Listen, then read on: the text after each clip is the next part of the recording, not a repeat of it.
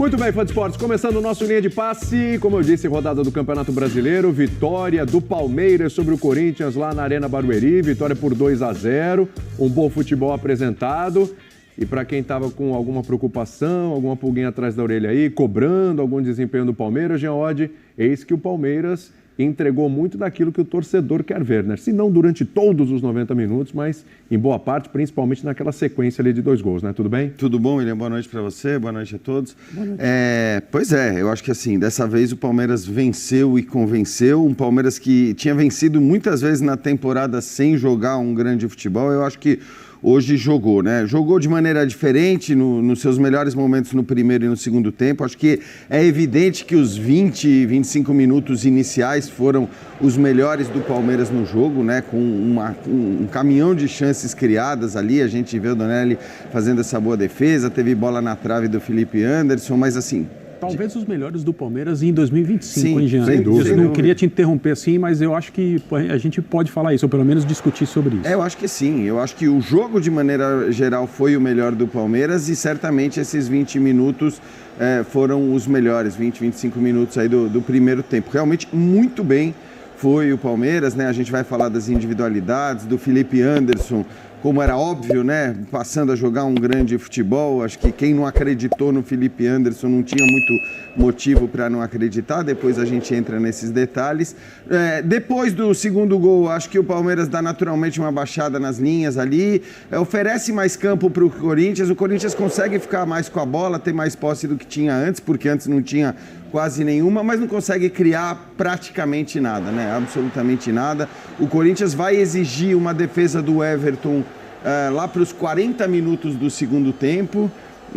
E naquela altura o Palmeiras já tinha perdido umas 2, 3 boas chances, inclusive o gol anulado, e para mim corretamente anulado, do Vitor Roque na segunda etapa, né? Mas apesar do Palmeiras não repetir no segundo tempo a atuação que teve do ponto de vista de iniciativa na primeira etapa, o Palmeiras criou as grandes chances do segundo tempo, poderia ter feito 3, 4, então foi realmente um jogo muito bom por parte do Palmeiras, foi um jogo que deixou a desejar bastante do lado do Corinthians, que tinha inclusive se poupado no meio de semana, ao contrário do Palmeiras, pensando nessa partida, e acho que esse é um ponto para a gente discutir também. Enfim, e vamos ver, né? A gente sabe que esse jogo é um jogo que tem uma importância muito grande sempre, né? Para as duas equipes, não só pelo resultado que cada time leva para casa depois do jogo, mas sobretudo pelo que vem depois dessas partidas. Muitas vezes os derbys são divisores de água aí das duas equipes. André, você falava talvez o melhor recorte ali do Palmeiras nessa temporada, né? O Palmeiras estava com aquela decisão do Campeonato Paulista muito impregnada, não só pelo resultado, por perder o título, mas pela forma como performou naqueles 2 jogos, principalmente no segundo. Hoje a situação se inverteu, né? A gente viu um Palmeiras muito mais ligado o tempo todo, muito mais intenso o jogo inteiro. E um Corinthians em que pese os desfalques, a gente vai discutir bastante também o peso desses desfalques para o Corinthians, mas que realmente não se conectou com a partida. Sem dúvida, eu acho que é isso que você falou no final agora, que determinou muita coisa no jogo dessa noite. Boa noite a todos, uma ótima noite ao pessoal em casa. Essa conexão com o jogo é que fez a diferença a favor do Palmeiras hoje. Aliás, desde a primeira mexida na bola. Então, a comissão técnica do Corinthians tem o dever de explicar o que foi a saída de bola do Corinthians no jogo. Bizarra. Que, o Memphis dá um chutão para frente, para ninguém, entrega a bola ao Palmeiras, esboça uma corrida para estabelecer uma marcação mais adiantada, que não acontece, nem naquele lance e nem depois. Então, aquilo não foi um sinal de que o Corinthians iniciaria a partida marcando o Palmeiras próximo ao seu gol, tentando dificultar saídas, tentando tirar o ar, etc. O Corinthians nem tentou fazer isso. E foi tão incompetente no jogo de hoje que a minha impressão é que se tivesse tentado, não teria conseguido. Mas falando do Palmeiras, é uma questão de mobilização para jogar uma partida como essa. E isso tem a ver com preparação feita durante a semana pela comissão técnica e tem a ver com os próprios rituais de cada jogador para se conectar com um determinado jogo. Essa impressão que se tem, a gente lê e ouve isso, o Palmeiras entrou para jogar mais uma final e o Corinthians entrou para um treino contra o seu maior rival. Isso é a impressão que a gente tem do lado de fora assistindo o jogo. Não significa que os jogadores não querem. Então essa coisa de ganhou... Deixa eu sair, André, desculpa, que você se referiu. Isso não... eu vou me manter discreto aqui. O Emiliano Dias tem que explicar isso. Tomara que ele seja questionado e que ele dê uma explicação satisfatória a respeito disso aí. Primeiro lance do Corinthians num derby, no qual, aos 20 minutos, estava 2-0 para o Palmeiras. E quem executa é o jogador internacional. Exatamente. Cultura europeia. Exato. Isso aí para jogar sal sobre a ferida, né? Isso. Muito bem. A conexão com o jogo, para mim, foi assim, absolutamente desequilibrada na partida de hoje. E não se trata de querer mais ou menos. Se trata de saber se mobilizar para disputar uma partida como essa. O Corinthians acabou de ser campeão contra o Palmeiras, então a sensação da mochila nas costas está com o jogador do Palmeiras, então ele tem o algo mais, o jogador do Corinthians tem que ter o algo mais para enfrentar o Palmeiras, para enfrentar o São Paulo, para enfrentar os seus rivais. Ele não pode entrar em campo hoje para uma partida normal. Não é normal, especialmente na casa do adversário, onde se sabe que existe todo um estímulo da torcida presente para fazer com que o time da casa, o time mandante, coloque essa posição de mandante para todo mundo ver dentro do campo. A partida do Corinthians foi sofrível. Se o torcedor do Palmeiras estava até agora, até este sábado, procurando um motivo para acreditar na temporada da sua equipe, porque o Paulinho está chegando e a partir de agora o time, com a presença dele, promete ser muito diferente em termos técnicos, em termos de perigo ao adversário. Mas se ele precisava de uma atuação para acreditar que 2025 vai ser bom, ele teve hoje, com 20 minutos, ele já tinha visto o que precisava. E depois o Palmeiras controlou o jogo de maneira organizada, como os times que são bem treinados sabem fazer. E se o torcedor do Corinthians precisava de mais motivo para se preocupar, porque o Garro está machucado e não joga, porque o seu goleiro, que foi responsável pelo título estadual, também não está jogando, porque... na ausência de um lateral que saiba marcar o Estevão, o Corinthians não tem resposta para esse tipo de ameaça do Palmeiras, que hoje nem foi necessária. Nem precisou, né? O torcedor do Corinthians hoje, com 20 minutos, tinha totais motivos para se preocupar, iniciando por essa saída de bola que, de novo, eu preciso dizer, o Emiliano Dias, que era o técnico hoje, né? O Ramon, o pai dele está suspenso, precisa explicar. E bem explicado. Aliás, a gente vai falar disso daqui a pouquinho, né? Porque me parece que o único momento do Memphis no jogo foi esse também. O Memphis apareceu no jogo para isso. A gente vai falar sobre isso daqui a pouco. Que pacote para o torcedor do Palmeiras, né? O André estava aqui enumerando, eu estou pensando aqui. Então vamos lá. Uma vitória no Clássico, com absoluta supremacia, um 2-0 que podia ter sido 4-5.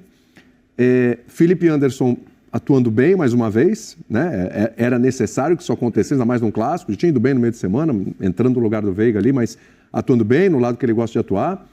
Uma boa atuação do Estevão, que teve assistência e depois acabou quase fazendo gol. Invalidado, mas teve gol do Vitor Roque, né? Participou, fez o gol, deu um gostinho. Teve o Paulinho aparecendo, estando quase também teve oportunidade, né? Quer dizer, é uma série de boas notícias para o torcedor do Palmeiras, justamente no Clássico, aquela que a partida, um confronto mais pesado para o Palmeiras, pelo menos aí em termos de rivalidade, e dando uma resposta também à decisão. O título não volta, né, Eugênio? Mas você dá uma resposta, pelo menos com relação a desempenho e atuação. É isso. Boa noite, William. Boa noite, companheiros, fãs de esportes. É isso. No futebol tem essa máxima, né? Não acaba ali. Tem sempre algo novo. Você está sempre recomeçando um dia depois do outro e permitiu ao Palmeiras hoje entrar com não só com o que disse aqui o Kfouri, né? Com essa necessidade, essa premência de dar uma resposta diante do maior rival, mas também com uma reorganização da sua equipe, que foi possível desde então. Acho que até foi obrigatória desde então, porque o que se apresentou nos 2 jogos finais do Campeonato Estadual foi muito pouco por parte do Palmeiras. Futebol bem abaixo do que se esperava. E a partir do meio de semana do jogo com o Cerro, ele começa a fazer mexidas que fazem muito sentido. Então, acho que a libertação do menino Estevão é a grande notícia. Porque a gente falava muito, né, que ele ficava preso à ponta direita e a liberdade que ele ganha para se movimentar por outros setores do campo, sem, é claro, abandonar também o lado direito, eu acho que isso traz muito de bom. Por exemplo, a possibilidade do Felipe Anderson ocupar aquele espaço onde ele se sente à vontade e com isso contribuir mais também para a equipe. Essa liberdade também do Facundo, que se movimentou bastante no jogo de hoje. Eu acho que tudo isso soma. Só faltou para a torcida do Palmeiras o jogo ter sido no Allianz, né? Pois na sua casa, porque ela não compareceu, ela não conseguiu encher o estádio em Barueri, mais uma vez. Tem alguma dificuldade lá, o estádio todo foi reformado e tal. Tá tudo bonito, mas a gente via ali, por exemplo, ali atrás do gol, né? Espaços que não estariam vazios, com certeza, se o jogo fosse no Allianz. Mas acho que é essa a questão. É uma noite para o torcedor do Palmeiras comemorar. Tá, essa altura, sábado, então. Opa, perfeito. Acaba num horário bom ainda, né? Exatamente, terminou mais cedo. Então é um dia para o torcedor do Palmeiras comemorar. E quanto ao Corinthians, a gente fala ao longo da história do futebol muito na curva da preparação física. Não, para o time chegar no auge em tal momento. Eu acho que do Corinthians não foi exatamente a preparação física, mas principalmente o foco. O foco do Corinthians esteve naquelas semanas em que ele decidia se conseguia classificação para a fase de grupos da Libertadores e decidia também o campeonato estadual. Perdeu a vaga na Libertadores, mas conseguiu o estadual. Tanto que, após a final do estadual, o Garro fala, vou parar. Sim. Não aguento porque estou no meu limite. O limite do Corinthians era ali. Ganhei o estadual, não deu para a Libertadores, uma pena, mas agora vamos reorganizar tudo, porque estava esticando a corda demais. E hoje a gente viu um time que, ao invés de esticar, deixou a corda muito frouxa. A corda hoje entrou muito abaixo do que poderia entrar para um derby. Um derby, gente. Então, aquela saída de jogo, concordo com o André, um negócio assim, muito doido, né? Muito louco. Mas aconteceu. Impressionantemente aconteceu. E precisa de explicações. Para terminar o que você perguntou, o torcedor do Palmeiras ainda teve a devolução da brincadeira, as cabeças de galinha, cabeça de porco. Ainda teve isso. Tem imagem para mostrar já. Toda a parte que é alegórica, né, folclórica do clássico, que faz parte também. A parte pet. Parte pet, Calçade. Boa noite, Calça. É mais fácil entrar com a galinha do que com o porco. Tem gente que cria, alguns criam galinha como se fosse cachorro, outros criam porcos também. Então, vira pet. Boa noite. Sim, você, qualquer coisa, qualquer área de atuação na vida, você pergunta qual é o propósito disso, né? Estamos tentando atingir o quê? E o Corinthians, 17 dias atrás, tinha um propósito. Quero ganhar o título paulista. Foi outro Corinthians e outro Palmeiras, que não soube lidar com aquele Corinthians, que vinha de uma vantagem no Allianz, e aí a torcida jogou junto, fez tudo que tinha que ser feito tal, e depois a torcida perdeu as suas regalias, não pode entrar com mais nada no estádio, mas Itaquera jogou junto, o Corinthians ganhou o título. Qual é o propósito de hoje? O Palmeiras tinha o propósito, era dar uma guinada na fase, nada melhor que um clássico. Nada melhor que um Corinthians e Palmeiras para um ou para outro. E sempre um vai sair bem, se tiver vencedor, um sai mal, o outro sai legal. Um acabou de conquistar um título e o outro talvez tenha conquistado a sua guinada, a ignição de uma nova fase. Porque é o seguinte, o Palmeiras hoje entrou em campo numa rotação, numa frequência muito alta e o Corinthians numa frequência muito baixa. O Corinthians estava assim cansado. E o Palmeiras mostrou isso desde o primeiro minuto. E tomou 2 gols do Corinthians de fora da área. O Palmeiras, com tudo que fez, com menos tempo, parece que o Palmeiras ficou com a bola mais tempo, não ficou. Foi o Corinthians. É que você não viu nada com a bola no pé. Então nem parece, isso passa batido. E um espaço incrível para jogar de fora da área. Sim, porque foi um nada mesmo. Foi 60 e tantos % de posse, 0 finalização. Zero finalização. Então isso é nada. Uma no jogo todo no final. Então o Corinthians não construiu nada. E ele entrou em campo o quê? Com 4 jogadores de meio de campo com mais mobilidade. Você tinha Ranieri, o José Martínez, o Carrilho, que jogando aberto, às vezes você fechava uma linha de 4 em cima da linha de zaga, o Carrilho pelo lado direito, e tinha o Bidon, né, que tem mais mobilidade que o Garro, ainda mais o Garro, coitado, que está machucado, ele nem está jogando. O Garro é um meia que pelo menos abastece Memphis e Yuri. Não tinha esse jogador para abastecer, a recomposição no meio de campo estava um negócio, assim, qualquer nota. E depois depois a gente vai ver as imagens e tal. Aconteceu com este jogo, aqui no posicionamento dentro da área do Corinthians, para o chute de fora da área, você olha uma quantidade enorme de jogadores dentro da área. Quer ver? Vamos olhar. Perfeito. Vamos ver quantos jogadores do Palmeiras tem na área do Corinthians e quantos estão lá dentro. Porque aí você esvazia, é uma questão de matemática. Olha lá, vai todo mundo entrando na área, todo mundo. Olha lá a quantidade. Né? Agora, aí, ó, olha a quantidade de jogadores. Vazio, para uma batida de fora, mais um gol assim. Então porque é o seguinte, é claro que é da natureza de qualquer um que for jogar bola, quando está sendo pressionado, atacado, você vai recuando para defender o gol. O 7,32 por 2,44. Né? Dá quase 19 metros quadrados. Cara, mas é o seguinte, o gol pode vir de outro lugar também, como veio, de fora da área. Isso aconteceu na bola parada do jogo contra o jogo da Sul-Americana. Agora, aqui era um time, todo ele sem marcar o adversário, né? Não marca o adversário, se posiciona todo dentro da área e você fica observando a bola para tomar uma atitude. Numa bola parada de escanteio, você marca misto. Você cuida do espaço, eu cuido do jogador.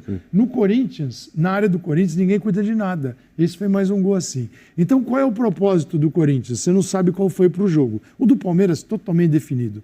Até o Felipe Anderson conseguiu finalmente ganhar um caminho para jogar para um jogo que tenha mais a ver com ele. O Estevão, aí é uma mudança interessante. Quem falou, acho que foi aqui, no nosso programa, o Luxemburgo falou, certa vez, assim, que ele viu o Estevão como um jogador com mais liberdade, mais espaço do que um jogador confinado ao lado direito. O Estevão mais perto de Vitor Roque pode criar pode desestabilizar o adversário. E ainda você tem Felipe Anderson. Então, e o Piquerez faz um movimento, quando precisa, ele entra na linha de 4, quando ele pode jogar, ele sobe. Então, surgiu um novo Palmeiras, está começando a surgir.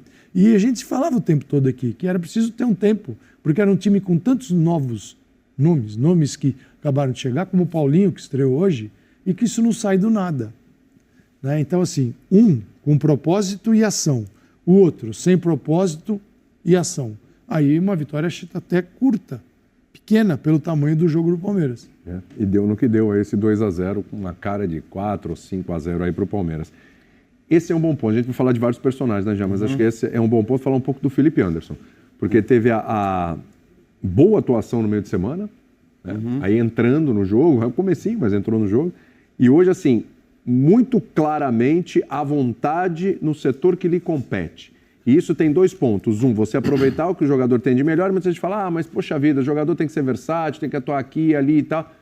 O Felipe Anderson, ele é um cara para jogar naquele setor, ele pode se adaptar, mas ali, Jean, se o cara tá bem ali, se o cara rende ali, se a prova tá aí desses 2 jogos, ele atuando pelo canto dele, eu acho que é uma situação que está meio que encaminhada ali. Acho que ele pode retomar uma titularidade mesmo desse time, né? Eu acho que sim. Eu acho que agora a coisa está meio encaminhada para isso, né? Para ele jogar aberto pelo lado direito, como a gente viu.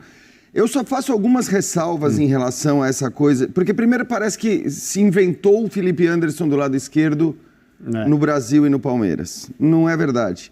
O Felipe Anderson, quando jogava na Lazio, antes de se transferir para o West Ham, jogava muitas vezes no meio, na esquerda e jogava na direita também. Mais na direita, mas jogava muito nas outras posições. Ele vai para o West Ham, onde, é verdade, ele acaba não rendendo a mesma coisa que sempre rendeu na Lazio e só joga praticamente pelo lado esquerdo. Tá?